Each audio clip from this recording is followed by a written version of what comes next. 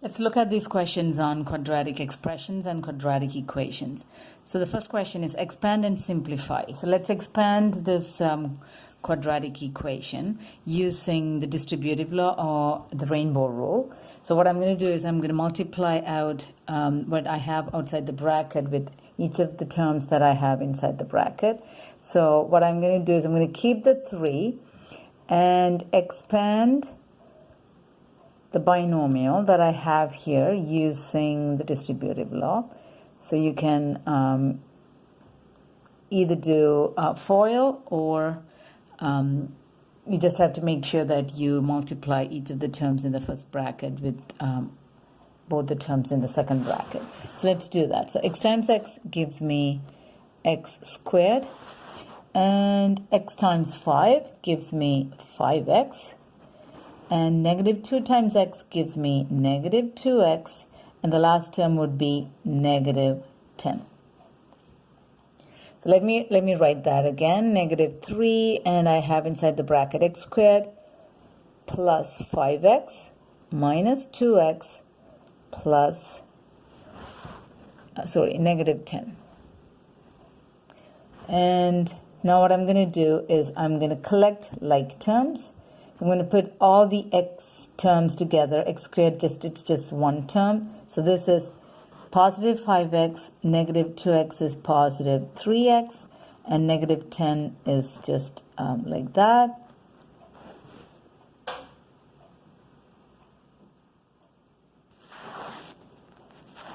And my final answer would be I'm going to have to multiply all the terms inside the bracket by negative 3.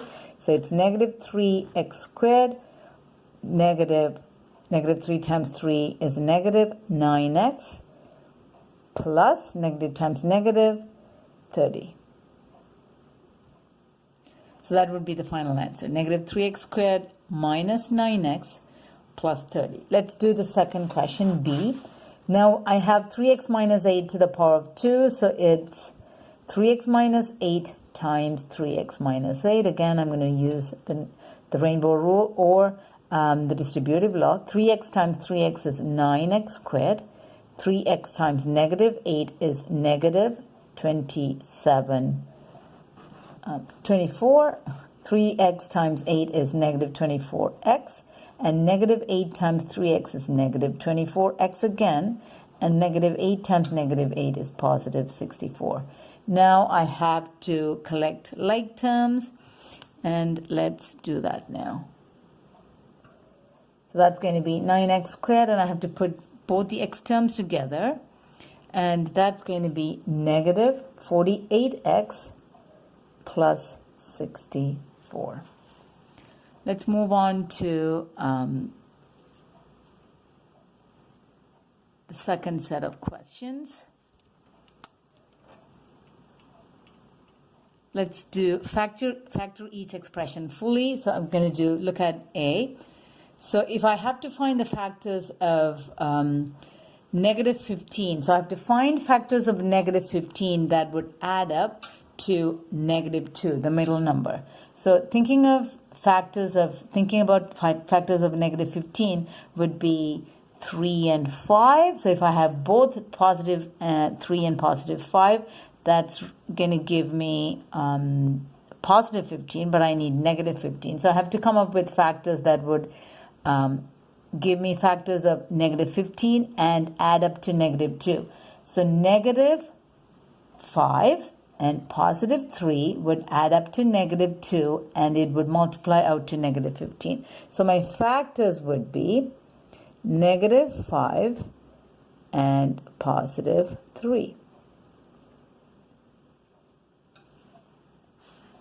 So if I look at B, I do have a common factor. So I have to factor out the common factor. So the common factor here is 3y. And I factor that out, and let's see what's going to be left in the bracket. So if I divide 3y squared by 3y, it's going to be y. And if I divide negative 15y by 3y, it's going to be 5. Let's look at the next question, C. So I have a quadratic equation here. So I have to come up with factors of AC, so 6 times positive 2, so that's 12. So come up with factors of negative 12 that would add up to negative 7. So factors of negative 12, if I think about it, it's 4 and 3, 6 and 2. So 4 and 3 seems like it's going to be working, but I need to have both of them as negative so that the sum of the factors would give me negative 7. So what I'm going to do is I'm going to write the middle term as the factors of 12. So that's negative 4w minus 3w plus 2. So now what I'm going to do is I'm going to group the first two terms and the second two terms. And what I'm going to do is I'm going to take the common factor out. So that's going to be 2w. If I take 2w out, what's going to be left in the first bracket is going to be 3w minus 2. And in here, I'm going to factor out negative 3, just a negative sign. And what's going to be left inside the bracket is 3w minus 2. So when I multiply it out, it's going to be positive 2 and negative 3w, and everything should work out. And now what I have to do is I have to factor out the common factor. Again, 3w minus 2 is a common factor, so I'm going to factor that out. And what I'm left with is 2w minus 1. Let's look at the next question. So in here, I have 2x squared plus 20x plus 32. What I'm going to do is when I look at this question, I see a common factor. So I am going to be factoring that out and then factor the quadratic equation that's going to be in the bracket. So let's factor out 2 and let's see what I have in the bracket. So it's going to be x squared minus 10x plus 16. Now, if I look at the quadratic expression inside the bracket, I have to come up with factors of 16 that would add up to negative 10. So factors of 16 that would add up to negative 10. So it's positive 16. So I'm thinking of 8 and 2. So they both have to be negative. So negative 2 times negative 8 would give me positive 16. And at the same time, when I add them, it's going to be negative 10. So my factors are negative 8 and negative 2. Let's look at the last question on factoring. 16b squared minus 9. So if I have these are difference of squares. So what I have to do is, it would be easier if I change these numbers, write these numbers as square numbers. So that's 4 squared, b squared minus 3 squared. So instead of 9, I just replaced that with 3 squared, and 16 is replaced by 4 squared. Now, if I have the difference of squares, I can write this as the sum of the square roots, and so we can write this as a product of the sum and the difference of the square roots.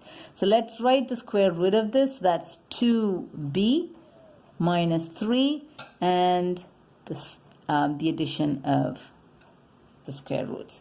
So 2b minus 3 times 2b plus 3 up to 4. Square root of 16 would be 4, so, or the square root of 4 squared is 4. So it's 4b plus 3 and 4b minus 3. So that's going to be the factors of that expression. Let's solve the following quadratic equation. So now what we have to do is to solve, we have to factor it first, and then we can solve for the x values that would make the equation equal to 0. To solve, we have to find a, let's rewrite this. I'm going to write this as ax squared plus bx plus c. So my a is 2, my b is negative 1, my c is negative 15. So ac is what I have to look at, and then I have to come up with factors of ac that would add up to b, which is negative 1. So I have to come up with factors of negative 30. So that's 2 times negative 15. That would add up to negative 1. So negative 30, I can use 5 and 6. but I know that the sum has to give me -1, so the bigger number has to be a negative number. So let's write 2x squared minus 6x plus 5x. So this is going to give me -x, and -15 equals 0. Now I'm going to group the first two terms and the second two terms. Let's see what the common factor is between, for the first two terms, it's going to be 2x. If I factor that out, I'm going to be left with an x minus 3. And in here, the common factor is 5. So I'm going to factor that out, and I would be left with x minus 3 equals 0. Now, x minus 3 is a common factor, so now I'm going to factor that out and see what's left. So it's going to be 2x plus 5. So 2x from here and 5 from there, and that's going to be equal to 0. Now, when I have a product of two binomials equal to 0, that means either this or that can be equal to 0. So what I'm going to do is I'm going to equate each of them to 0 and find the value of x that would make them 0. X minus 3 is equal to 0, so x would be equal to 3. So that's going to be one of the solutions. Or I could have the other bracket equal to 0, which would give me 2x equals -5, and x equals, I'm going to divide both sides by 2, and -5 divided by 2. So let's write the final statement. Therefore, the solutions are